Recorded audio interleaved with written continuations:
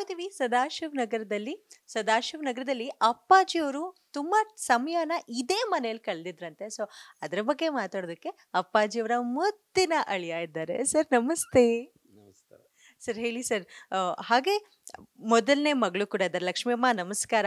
So ಮೊಮ್ಮಕ್ಳ ಜೊತೆ ಕೂತಿದ್ದಾರೆ, ಎಷ್ಟು ಖುಷಿ ಇದೆ. ಸೊ ಈ ಮನೆಯಲ್ಲಿ ಅಪ್ಪಾಜಿಯವರು ಬಹಳಷ್ಟು ಸಮಯನ ಕಳೆದಿದ್ರು ಅನ್ನೋದು ನಾವು ಕೇಳ್ಪಟ್ಟಿದ್ದೀವಿ. ಸೊ ಅವರ ಹುಟ್ಟು ಹಬ್ಬ ಹೇಗಿರ್ತಿತ್ತು? ಇಡೀ ಕರ್ನಾಟಕ ಅಂತೂ ತುಂಬಾ ಚೆನ್ನಾಗಿ ಸೆಲೆಬ್ರೇಟ್ ಮಾಡ್ತಿತ್ತು. ಸೊ ತಮ್ಮ ಮನೆಯಲ್ಲಿ ಮೊಮ್ಮಕ್ಳ ಹತ್ರ ಕೇಳಿದೆ ನಾನು. ಸೊ ತಾವು ಹೇಗೆಲ್ಲ ವಿಟ್ನೆಸ್ ಮಾಡಿದ್ದೀರಿ ಸರ್? ಅಂದರೆ ಅವರು ಪ್ರತಿ ಬರ್ತ್ಡೇಗೂ ತುಂಬ ವಿಶೇಷನೇ. ಅಂದರೆ ಅಪ್ಪಾಜಿಯವ್ರಿಗೆ ಅವರು ಇಷ್ಟಪಡ್ತಿರ್ಲಿಲ್ಲ, ಅಯ್ಯೋ ಇದೆಲ್ಲ ಯಾಕೆ ಮಾಡಬೇಕು ಅನ್ನೋರು. ಆದರೆ ಅಮ್ಮ ಇಲ್ಲ ನಮಗೆ ಮಾಡಲ ಅಟ್ಲೀಸ್ಟ್ ಅಭಿಮಾನಿಗಳಿಗಾದರೂ ಅದನ್ನು ನಾವು ಸೆಲೆಬ್ರೇಟ್ ಮಾಡಬೇಕು ಅಂತ ಅಮ್ಮ ಹೇಳೋರು. ಅದೇ ರೀತಿ ಬೆಳಿಗ್ಗೆ ಶುರು ಆದರೆ ರಾತ್ರಿ 11 ಗಂಟೆ 12 ಗಂಟೆವರೆಗೂ ಜನ ಆ ಥರ ಬಂದು ಹೋಗೋರು. ಪಾಪ ಅಪ್ಪಾಜಿಯವರು ಸುಸ್ತೇ ಮಾಡ್ಕೊಳ್ತಿರ್ಲಿಲ್ಲ. ಒಳ್ಳೆಯ ನಗು ಮುಖದಲ್ಲೇ ನಕ್ಕೊಂಡೇ ಎಲ್ಲರನ್ನೂ ಮಾತಾಡಿಸಿ ಎಲ್ಲರ ಜೊತೆನೂ ಫೋಟೋಗಳು ತೆಗೆಸ್ಕೊಂಡು ಎಲ್ಲರಿಗೂ ಸ್ವೀಟ್ಸನ್ನ ಕೊಟ್ಟು, ಅಂದರೆ ಜನಗಳೇ ಅದನ್ನು ಅವರೇ ತೊಗೊಂಬಂದ್ಬಿಡ್ತಿದ್ರು ಸ್ವೀಟ್ಸ್ನ. ನಾವು ತರಿಸೋದಕ್ಕಿಂತ ಹೆಚ್ಚಾಗಿ ಅವರೇ ತೊಗೊಂಬಂದ್ಬಿಡ್ತಾಯಿದ್ರು. ತಂದು ಕೊಟ್ಟು ಭಾರಿ ಒಂದು ಹಬ್ಬನೇ, ಅದು ದೊಡ್ಡ ಹಬ್ಬ ನಮ್ಮ ಮನೇಲಿ. ಇಲ್ಲಾಗ್ಬೋದು, ಅಪ್ಪಾಜಿ ಮನೇಲಾಗ್ಬೋದು, ಎಲ್ಲ ಕಡೆ ಅದೊಂದು ದೊಡ್ಡ ಫೆಸ್ಟಿವಲ್ ಥರ ನಡೀತಾ ಇತ್ತು ಅಪ್ಪಾಜಿಯವ್ರ ಬರ್ತಡೇ. ಸೊ ಯಾವುದಾದ್ರೂ ಒಂದು ಮೊಮೆಂಟ್ ತಮಗೆ ಜ್ಞಾಪಕ ಇರೋದಾದರೆ ಅವರ ಹುಟ್ಟು ಹಬ್ಬದ ದಿನ ಆಗಿರ್ಬೋದು, ಈ ಮನೆಯಲ್ಲಿ ಅವ್ರು ಕಳೆದಂತಹ ಸಮಯದ ಬಗ್ಗೆ. ಅಂದರೆ ಯಾವುದೇ ಹುಟ್ಟುಹಬ್ಬ ಮಾಡ್ತಾಯಿದ್ರಲ್ಲ ಮನೆಯಲ್ಲಿ, ಆವಾಗ ಜನ ಬರ್ತಾನೆ ಇರೋ, ರೆಸ್ಟೇ ಇರ್ತಿರಲಿಲ್ಲ. ಅಪ್ಪಾಜಿಯವ್ರಿಗೆ ಯಾವಾಗಲೂ ರೆಸ್ಟೇ ಇರ್ತಿರಲಿಲ್ಲ. ಸೊ ನೈಟ್ ಎಲ್ಲ ಜನ ಇರ್ತಿದ್ರು. ಆವಾಗ ಏನು ಮಾಡ್ತಿದ್ರು ಅಂದರೆ ಮಧ್ಯೆ ಒಂದು ಬ್ರೇಕು, ಯಾವಾಗಾರ ಒಂದು ಮಧ್ಯಾಹ್ನ ಆಫ್ಟರ್ನೂನ್ 2 ಗಂಟೆ 3 ಗಂಟೆ ಮೇಲೆ ಇಲ್ಲಿಗೆ ಬಂದುಬಿಡೋರು ಮನೆಗೆ. ಇಲ್ಲಿಗೆ ಬಂದು 1 ಗಂಟೆ ರೆಸ್ಟ್ ತೊಗೊಂಡು ರಿಲ್ಯಾಕ್ಸ್ ಮಾಡಿಕೊಂಡು ಟೀ ಕುಡ್ಕೊಂಡು ಮತ್ತೆ ಅಲ್ಲಿಗೆ ಹೋಗಿ ಪಬ್ಲಿಕ್ನ ಅಟೆಂಡ್ ಮಾಡ್ತಾಯಿದ್ರು. ನಮ್ಮ ಚಿತ್ರರಂಗದವರು ಅವು ಎಲ್ಲ ಪ್ರತಿಯೊಬ್ಬರು ಬರೋರು, ರಾಜಕೀಯದವರು ಎಲ್ಲರೂ ಬರೋರು. ಒಂದು ಸ್ವಲ್ಪ ರೆಸ್ಟ್ಗೋಸ್ಕರ ಇಲ್ಲಿ ಬರೋರು. ಈ ಮನೇಲಿ ಬಂದು ಯಾರಿಗೂ ಗೊತ್ತಾಗ್ತಿರಲಿಲ್ಲ ಇಲ್ಲೇ ಹೋಗಿದ್ದಾರೆ ಅಂತ ಹೇಳ್ತಿರ್ಲಿಲ್ಲ. ಇಲ್ಲಿ ಬಂದು ಸ್ವಲ್ಪ ದಿದ್ದು ರೆಸ್ಟ್ ತೊಗೊಂಡು ಮಗಳಿಗೆ ಟೀ ಮಾಡಿಸ್ಕೊಂಡು ಕುಡ್ಕೊಂಡು ಮತ್ತೆ ಹೋಗ್ತಾಯಿದ್ರು. ಸೊ ಅಮ್ಮ, ನೀವು ಹೇಳೋದಾದರೆ ಅಪ್ಪಾಜಿಯವರ ಬರ್ತ್ಡೇ ಹೇಗಿರ್ತಿತ್ತು ತಮಗೆ? ಸೊ ಯಾವ ರೀತಿ ಸೆಲೆಬ್ರೇಷನ್ ಇರೋದು? ಎಸ್, ಅಫ್ಕೋರ್ಸ್ ಕರ್ನಾಟಕನೇ ತುಂಬ ಚೆನ್ನಾಗಿ ಸೆಲೆಬ್ರೇಟ್ ಮಾಡ್ತಿತ್ತು, ಮನೆಯಲ್ಲೂ ಕೂಡ ಒಂಥರ ಸೆಲೆಬ್ರೇಷನ್ ಇರ್ತಿತ್ತು. ನಮಗೆ ಹಿಂದಿನ ದಿವಸದಿಂದಾನೇ ಖುಷಿ ಆಗೋದು. ಅಯ್ಯೋ ನಾಳೆ ಬರ್ತಾರೆ, ಜನ ಬರ್ತಾರೆ ಅಪ್ಪಾಜಿನ ನೋಡೋಕ್ಕೆ. ಅವ್ರಿಗೆ ಎಷ್ಟು ಸಂತೋಷ ಆಗುತ್ತೆ ಅಪ್ಪಾಜಿನ ನೋಡಿದ್ರೆ. ಅವತ್ತಿನ ದಿವಸ ಮಾತಾಡಿಸಿದ್ರೆ ಸಾಕು, ಅವ್ರನ್ನ ನೋಡಿದ್ರೆ ಸಾಕು ಅಂತ ಜನ ಬರ್ತಾಯಿದ್ರು. ಈ ಮನೇಲಿದ್ದಾಗ ಒಂದು 3 ವರ್ಷ ಮಾಡಿದ್ವಿ. 3 ವರ್ಷ ನಮ್ಮ ಮನೆಯಲ್ಲೇ ಇದ್ದರು ಅಪ್ಪಾಜಿ. ನಾವು ಚೆನ್ನೈನಿಂದ ಇಲ್ಲಿ ಶಿಫ್ಟ್ ಆದಾಗ ಇಲ್ಲಿ ಮನೆ ಮಾಡಿ ಅಪ್ಪಾಜಿ ನಮ್ಮ ಜೊತೆನೇ, ನನ್ನ ಸೌಭಾಗ್ಯ ಅಂತ ಹೇಳಬೇಕು, ಅಪ್ಪ ಅಮ್ಮನ ಜೊತೆ ಅಣ್ಣ ತಮ್ಮದಿರ ಜೊತೆನೇ ಇದ್ದೆ. ಮದುವೆ ಆದಮೇಲೆ ನಮ್ಮ ಯಜಮಾನ್ರು ನಾವು ಎಲ್ಲ ಇಲ್ಲೇ ಒಟ್ಟಿಗೆ ಇರ್ತಾಯಿದ್ವಿ. ನಮ್ಮ ಅಣ್ಣ ತಮ್ಮ ಎಲ್ಲರೂ ಇಲ್ಲೇ ಇರ್ತೀವಿ. ನಮ್ಮ ಅಜ್ಜಿನೂ ಇದ್ದರು, ನಮ್ಮ ತಂದೆಯವ್ರ ತಾಯಿ ಅವರು ಇರ್ತಾಯಿದ್ರು. ಎಲ್ಲ ದೊಡ್ಡವ್ರ ಆಶೀರ್ವಾದದಿಂದ ನಾವು ಈ ಮನೇಲಿ ಇನ್ನೂ ನಾವು ಈ ಮನೇಲೇ ಇದ್ದೀವಿ. ಈ ಮನೆ ನಮಗೇನೋ ಒಂದು ಸೌಭಾಗ್ಯನೇ ನಮಗೆ. ಈ ಮನೆ ಅಪ್ಪಾಜಿ ಅಮ್ಮ ಇದ್ದು ಮನೆ ಇದು, ಎಲ್ಲರೂ ಇದ್ರು, ಖುಷಿ ಆಗುತ್ತೆ. ಸೊ ಇಲ್ಲಿದ್ದಾಗ ಎಲ್ಲಿ ಜಾಸ್ತಿ ಸಮಯನ ಕಳೀತಿದ್ರು ಅಪ್ಪಾಜಿಯವರು? ಅಪ್ಪಾಜಿ ಜಾಸ್ತಿ ಮೇಲಿರೋರು, ಇಲ್ಲಿ ಯಾರು ಜನಗಿನ ಬರ್ತಾರೆ ಅಂದ್ಬಿಟ್ಟು ಮೇಲಿರ್ತಾಯಿದ್ರು. ಅಲ್ಲಿ ಹಾಲಿದೆ ಒಂದು, ಅಲ್ಲೇ ಯೋಗ ಎಲ್ಲ ಮಾಡ್ತಿದ್ರು ಅಪ್ಪಾಜಿ. ಈಗಲೂ ಅಪ್ಪಾಜಿ ರೂಮ್ ಇದೆ ಅಲ್ಲಿ, ನಾವು ಅಪ್ಪಾಜಿ ರೂಮ್ ಅಂತಲೇ ಕರೆಯೋದು ಅದನ್ನು, ಅಪ್ಪಾಜಿ ರೂಮ್ ಅಂತ. ನನ್ನ ಮಗಳು ಇರ್ತಾಳೆ ಈಗ, ದೊಡ್ಡ ಮಗಳು.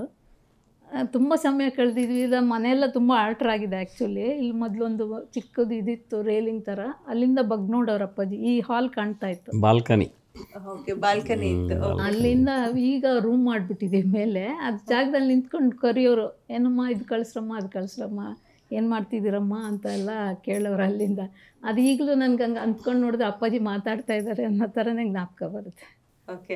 ಸೊ ಹುಟ್ಟುಹಬ್ಬ ಅಂದ ತಕ್ಷಣ ತಾವು ಮಾಡಿದಂತಹ ಸಿಹಿ ತಿಂಡಿ ಬಹಳಷ್ಟು ಪ್ರಿಯ ಅಂತೆ ಅಪ್ಪಾಜಿಗೆ. ಅದ್ರ ಬಗ್ಗೆ ಜ್ಞಾಪಿಸ್ಕೊಂಡ್ರೆ ಈಗಲೂ ಕೂಡ ಆ ಥರದ್ದು ಏನಾದರೂ ಪದ್ಧತಿ ಇದೆಯಾ ಮಾಡ್ಕೊಂಡು? ಹೌದು, ಇವಾಗಲೂ ಬರ್ತ್ಡೇಗೆ ಅಪ್ಪಾಜಿ ಇದು 12ನೇ ತಾರೀಕು ಎಲ್ಲ ಟೈಮ್ಲೂ ಮಾಡ್ಕೊಂಡು ಹೋಗ್ತೀನಿ. ನಮ್ಮ ಅಣ್ಣ ತಮ್ಮದಿರ ಬರ್ತ್ಡೇಗಳಿಗೆ ಯಾರೇ ಕೇಳಿದ್ರು ಆಸೆ ಪಟ್ಟು ಅದನ್ನು ಮಾಡ್ಕೊಂಡು ಹೋಗ್ಕೊಡ್ತೀನಿ. ನಾನು ಅಪ್ಪಾಜಿ ಹೆಸರು ಹೇಳ್ಕೊಂಡು ಅದನ್ನು ಮಾಡ್ಕೊಂಡು ಹೋಗ್ಕೊಡ್ತೀನಿ.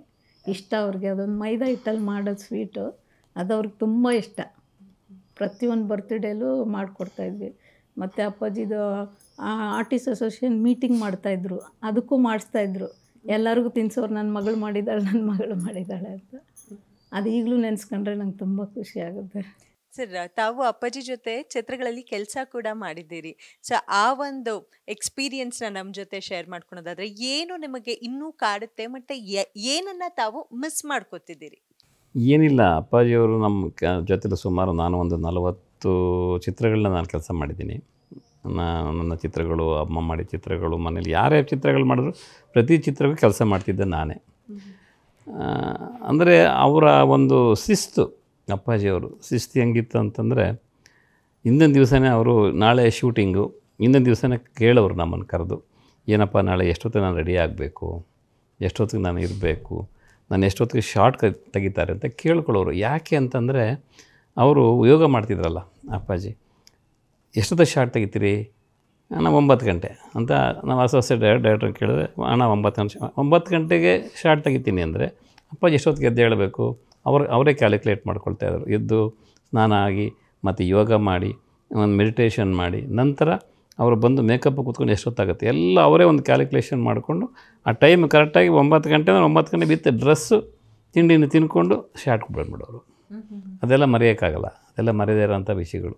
ಅಂದರೆ 9 ಗಂಟೆ ನೀನು ಹೇಳಿದ್ಮೇಲೆ ಅಟ್ಲೀಸ್ಟ್ 9-9:15 ಶಾರ್ಟ್ ತೆಗಿಬೇಕು. ತೆಗೆದಿಲ್ಲ ಅಂದರೆ ಅಪ್ಪಾಜಿ ಬೇಜಾರಾಗೋದು. ಯಾಕೆಂದರೆ ಅವರೊಬ್ರಿಗೋಸ್ಕರ ಅವ್ರು ಯೋಚನೆ ಮಾಡ್ತಿರಲಿಲ್ಲ.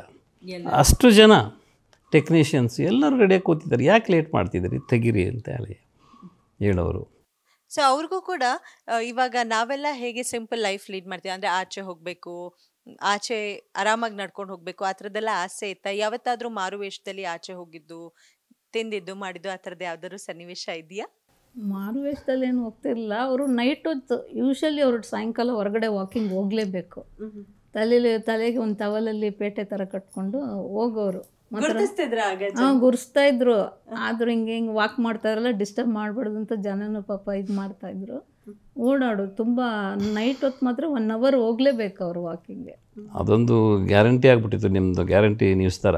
ಅಪ್ಪಾಜಿಯವರಿಗೆ ಗ್ಯಾರಂಟಿ, ಜನ ಅಪ್ಪಾಜಿ ಬಂದೇ ಬರ್ತಾರೆ ಅಂತ, ಈ ರೋಡಲ್ಲಿ ಬಂದೇ ಬರ್ತಾರೆ ಅಂತ ಅವರು ಆ ಟೈಮ್ ಕರೆಕ್ಟಾಗಿ ಬಂದು ಆಚೆ ನಿಂತ್ಕೊಳ್ತಿದ್ರಂತೆ. ಎಷ್ಟೋ ಜನ ಇವತ್ತು ನನಗೆ ಹೇಳ್ತಾರೆ, ಅಪ್ಪಾಜಿ ಬರೋ ಟೈಮ್ ನೋಡ್ಕೊಂಡು, ಅಂದರೆ ಡಿಸ್ಟರ್ಬ್ ಮಾಡ್ತಿರಲಿಲ್ಲ. ಅಯ್ಯೋ ಅವಳೆಲ್ಲ ನಮ್ಮ ಲಕ್ಷ್ಮಿ ಹೇಳಿದಾಗ ಯಾಕೆ ಡಿಸ್ಟರ್ಬ್ ಮಾಡಬೇಕು ಅಪ್ಪಾಜಿಗೆ, ನಿಂತ್ಕೊಂಡು ನೋಡ್ತಾ ಇರೋರು ಅಂತ. ಒಂದೊಂದು ಸರಿ ಅಪ್ಪಾಜಿ ಅದು ಯಾಕೆ ಹಿಂಗೆ ನೋಡ್ತಾ ಇದ್ದರು, ಕರೆಯೋರಂತ ಅಪ್ಪಾಜಿನೇ ಕರೆದು, ಬನ್ನಿ ಅಣ್ಣ ಏನಿಲ್ಲ ನಿಮ್ಮನ್ನು ನೋಡೋಕೆ ನಿಂತ್ಕೊಂಡಿದ್ದೀವಿ ನಾವು. ಅಂದರೆ ಯಾರು ಡಿಸ್ಟರ್ಬ್ ಮಾಡಿದೆ ಅಂದರೆ ಅವ್ರು ಅಷ್ಟಕ್ಕೆ ಅವರು ನಮ್ಮ ಕಂಪ್ಲೀಟ್ ನಮ್ಮ ಸದಾಶಿವ ಏರಿಯಾದಲ್ಲೇ ವಾಕ್ ಮಾಡಿಕೊಂಡು ಬಂದು ವಾಕ್ ಮುಗಿಸ್ಕೊಂಡು ಯಾರು ಹತ್ರ ಬಂದರೆ ನಿಂತ್ಕೊಂಡು ಮಾತಾಡಿಸಿ, ಒಂದೊಂದು ಎಷ್ಟೋ ಸರಿ ಅವ್ರ ಮನೆ ಕರ್ಕೊಂಡು ಹೋಗಿರೋದು ಉಂಟು. ನಡ್ಕೊಂಡು ಹೋಗುವಾಗ, ಅಣ್ಣ 1 ನಿಮಿಷ ನಮ್ಮ ಮನೆಗೆ ಬನ್ನಿ, ನಡೀರಿಪ್ಪ ಅಂತ ಬಂದು 1-2 ನಿಮಿಷ ಮಾತಾಡ್ಸ್ಕೊಂಡು ಬಂದುಬಿಡೋರು ಅಪ್ಪಾಜಿ. ಅಂದರೆ ನೀವು ಹೇಳೋ ಮಾರುಭಾಷೆ ಏನಿರಲಿಲ್ಲ. ಲಕ್ಷ್ಮಿ ಹೇಳ್ದಂಗೆ ಒಂದು ತಲೆಗೆ ಒಂದು ಟವಲ್ ಕಟ್ಕೊಳ್ಳೋರು ಅಪ್ಪಾಜಿ ಅಷ್ಟೇ. ತಲೆ ಕಟ್ಕೊಂಡು ಅವರಷ್ಟು ತಲೆ ಬಸ್ಕೊಂಡು ಸುಮ್ಮನೆ ವಾಕ್ ಮಾಡ್ಕೊಂಡು ಬಂದುಬಿಡೋರು. ಹಾಗೆ ಈ ಅವರ ಹುಟ್ಟುಹಬ್ಬ ಬಂತು ಅಂದರೆ ಬಹಳಷ್ಟು ಜನ ಸಾಗರನೇ ಮನೆ ಹತ್ರ ಬರ್ತಿತ್ತು. ಯಾವುದಾದ್ರೂ ಒಂದು ಸ್ವೀಟೆಸ್ಟ್ ಮೆಮೊರಿ ಅನ್ನೋದಿದೆಯಾ ಸರ್ ಅವ್ರ ಹುಟ್ಟುಹಬ್ಬದ ದಿನ ಅವರ ಅಭಿಮಾನಿಗಳಿಗೆ? ಈ ಅಭಿಮಾನಿಗಳು ಅಪ್ಪಾಜಿ ವಿಷಯದಲ್ಲಿ ಹೇಳ್ಬೇಕಂತಂದರೆ, ಅಪ್ಪಾಜಿಗೆ ಸಿಲ್ಕ್ ಅಂದರೆ ತುಂಬ ಇಷ್ಟ. ಅವ್ರು ಯಾವುದೇ ಸಭೆ ಸಮಾರಂಭಗಳಿಗೆ ಹೋದರೆ ಸಿಲ್ಕ್ ಶರ್ಟು ಸಿಲ್ಕ್ ಪಂಚೆನೇ ಉಟ್ಕೊಂಡು ಹೋಗ್ತಾಯಿದ್ರು. ಆ ಒಳ್ಳೆ ಏಪ್ರಿಲಲ್ಲಿ ಅವ್ರದ್ದು ಬರ್ತ್ಡೇ ಅಲ್ವಾ, ಬಿಸಿಲು ಕಾಲ. ಅವಾಗೇನು ಮಾಡೋರು, ಸಿಲ್ಕ್ ಬಟ್ಟೆ ಕೊಟ್ಟರೆ ಹಾಕತ್ತಾ ಇರಲಿಲ್ಲ, ಸೆಕೆ ಆಗುತ್ತೆ ಆಗಲ್ಲ ಅಂಥೇಳಿ. ಅವರು ಏನೋ ಒಂದಿತ್ತು. ವರ್ಷ ನಾನೇನು ಮಾಡ್ತಾಯಿದ್ದೆ, ಒಂದು ಸಿಲ್ಕ್ ಪಂಚೆ ತೊಗೊಂಡು ಬಂದು ಒಂದು ಸಿಲ್ಕ್ ಶರ್ಟ್ ತಂದು, ನಮ್ಮ ಇಲ್ಲಿ ಚಂದ್ರು ಅಂತ ಟೈಲರ್ ಇದ್ದಾರೆ, ಅವ್ರ ಕೈಲಿ ನಾನು ಒಂದು 2 ಡೇಸ್ ಮುಂಚೆನೇ ಅದನ್ನು ಶರ್ಟ್ ಹೊಲಿಸಿ ಪಂಚೆ ಇಟ್ಕೊಂಡು ರೆಡಿಯಾಗಿರ್ತಿದ್ದೆ. ಬೆಳಗ್ಗೆ ಮನೇಲಿ ಸ್ನಾನ ಮಾಡಿಕೊಂಡು ಅವರು ಹೊರಗಡೆ ಇನ್ನೇನು ಜನ ಕಾಯ್ತಾ ಇರ್ತಾರೆ, ಆಚೆಗೆ ಬರಬೇಕು. ಅಮ್ಮ ರೀ ಬಟ್ಟೆ ಹಾಕ್ಕೊಳ್ಳಿ ಅಂತಂದರೆ, ಏನು ಬಟ್ಟೆ ಕೊಡಿಲ್ಲ, ಮಾಮೂಲಿ ಪಂಚೆ ಮಾಮೂಲಿ ಶರ್ಟ್ ಕೊಡೋದು ನಂಗೆ ಸಾಕು. ಆಗ ಅಮ್ಮ, ಇಲ್ಲ ರೀ ಇವತ್ತು ಬರ್ತ್ಡೇ ಹಾಕ್ಕೊಳ್ಳಿ ಅಂತ. ಕೊನೆಗೆ ಇದು ಏನಾಗ್ಬಿಡ್ತು ಅಂತ ಹೇಳಿದ್ರೆ, ಅವರಿಗೆ ಮಗಳಂದರೆ ಅಷ್ಟು ಭಾರಿ ಇಷ್ಟ ಮಗಳಂದರೆ. ಆವಾಗ ಅವ್ರ ಅಮ್ಮಂಗೆ ಗೊತ್ತಾಗ್ಬಿಡೋದು, ಇವತ್ತು ಮಾತು ಕೇಳಲ್ಲ ಅಂತೇಳ್ಬಿಟ್ಟು ಇಲ್ಲಿಗೆ ಫೋನ್ ಬರೋದು ನಮ್ಮ ಮನೆಗೆ, ಬೇಗ ಬಟ್ಟೆ ತಗೊಂಬರಮ್ಮ ಅಂತ ಮಗಳಿಗೆ ಫೋನ್ ಮಾಡೋರು. ಇಲ್ಲಿಂದ ಬಟ್ಟೆ ತೊಗೊಂಡು ಲಕ್ಷ್ಮಿ ಅಲ್ಲಿಗೆ ಹೋಗಬೇಕು, ಎಲ್ಲಿಗೆ ಆ ಮನೆಗೆ. ಅಲ್ಲಿಗೆ ಹೋಗಿ ಲಕ್ಷ್ಮಿ ನೋಡಿದ ತಕ್ಷಣ ಅಪ್ಪಾಜಿಗೆ ಗೊತ್ತಾಗ್ಬಿಡೋದಂತೆ. ಮಗಳು ಕರೆಸ್ಬಿಟ್ಟ ಅಕ್ಕಂದ, ಅಂತೂ ಮಗಳು ಕರೆಸಿದ್ಯಾ, ಕೊಡಕಂದ ಬಟ್ಟೆ ತಂದಿದ್ದ ನನಗೆ ಗೊತ್ತು, ಕೊಡಕಂದ ಇಲ್ಲಿ ಅಂತೇಳಿ ಅವಳು ಹೋಗಿ ಕೊಟ್ಟು ಬಟ್ಟೆ ಹಾಕಿಸ್ಬೇಕು. ಅವಳು ಕೊಟ್ಟರೆ ಹಾಕ್ಕೊಂಬಿಡೋರು. ಹಾಕ್ಕೊಂಡು ಆಯ್ತು ಕಂದ ಹಾಕೋ, ದಿನಗೋಸ್ಕರ ಹಾಕೋತೀನಿ ಬಿಡ್ಕಂದ ಅಂಥೇಳಿ ಅದನ್ನು ಹಾಕ್ಕೊಂಡು ಸ್ವಲ್ಪ ಹೊತ್ತು ಎಲ್ಲ ಮೀಟ್ ಮಾಡಿ, ಸ್ವಲ್ಪ ಸೆಕೆ ಜಾಸ್ತಿ ಆದರೆ ಮತ್ತೆ ಚೇಂಜ್ ಮಾಡ್ಕೊಂಬಿಡೋರು ಡ್ರೆಸ್ನ. ಆಮೇಲೆ ಮಾಮೂಲಿ ಎಲ್ಲ ಜನಗಳನ್ನ ಮೀಟ್ ಮಾಡಿಕೊಂಡು, ಆಮೇಲೆ ಈ ಸ್ವೀಟ್ಸ್ ಅಂತ ಹೇಳಿದ್ರಲ್ಲ, ಈ ಸ್ವೀಟ್ಸ್ ಮಾಡಿದ್ರೆ ಇಲ್ಲಿಂದ ಇವಳು ಮಾಡ್ಕೊಂಡು ಜಾಸ್ತಿನೇ ಮಾಡ್ಕೊಂಡು ಹೋಗಬೇಕು. ಅದನ್ನು ಅಲ್ಲಿ ಆಫೀಸ್ ರೂಮ್ ಅಂತ ಇತ್ತು ನಮ್ಮ ಅಪ್ಪಾಜಿಯವ್ರ ಮನೇಲಿ, ಅಲ್ಲೊಂದು ಕಡೆ ಇಟ್ಕೊಂಬಿಡೋರು. ಯಾರೇ ಬರಲಿ ಮೇಡಮ್, ಯಾರೇ ಬಂದರೂ ಕೂಡ ಕರಿಯೋರು ಎಲ್ಲರನ್ನ ಕರೆದ್ಬಿಟ್ಟು, ಬನ್ನಿರಿ ಇಲ್ಲಿ ನನ್ನ ಮಗಳು ಸ್ವೀಟ್ ಮಾಡಿದ್ರು ಒಂಚೂರು ತಿನ್ನಿರಿ ಅಂತೇಳಿ ಎಲ್ಲರಿಗೂ ಒಂದೊಂದು ಸ್ಪೂನ್ ಸ್ವೀಟ್ ಕೊಡಲೇಬೇಕು. ಸಾಯಂಕಾಲದವರೆಗೂ ಕೊಡೋರು ನೋಡಿ, ಕರೆದು ನನ್ನ ಮಗಳು ಸ್ವೀಟ್ ಮಾಡ್ಕೊಂಬಂದಿರ್ತೀನಿ, ನನ್ನ ಮಗಳು ಸ್ವೀಟ್ ಮಾಡ್ಕೊಂಬಂದಿದ್ದಾಳೆ, ಒಂದು ಸ್ವಲ್ಪ ಟೇಸ್ಟ್ ಮಾಡಿ ಅಂತೇಳಿ ಟೇಸ್ಟ್ ಮಾಡಿಸ್ರು. ಅದೆಲ್ಲ ಮರೆಯೋಕ್ಕಾಗಲ್ಲ, ಅದೆಲ್ಲ ವಿಷಯಗಳನ್ನೆಲ್ಲ.